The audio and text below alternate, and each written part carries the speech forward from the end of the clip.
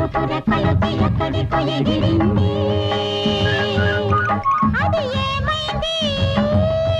తన మనిషిని వెతుకుతూ ఇక్కడొచ్చి వాలింది కలగాని కల ఏదో కళ్ళెదుటే నిలిచింది అది నీలో మమతను నిద్ర లేపింది అరే ఏమైంది ఒక మనసుకు రెక్కలొచ్చి ఎక్కడికో ఎగిరింది అది ఏమైంది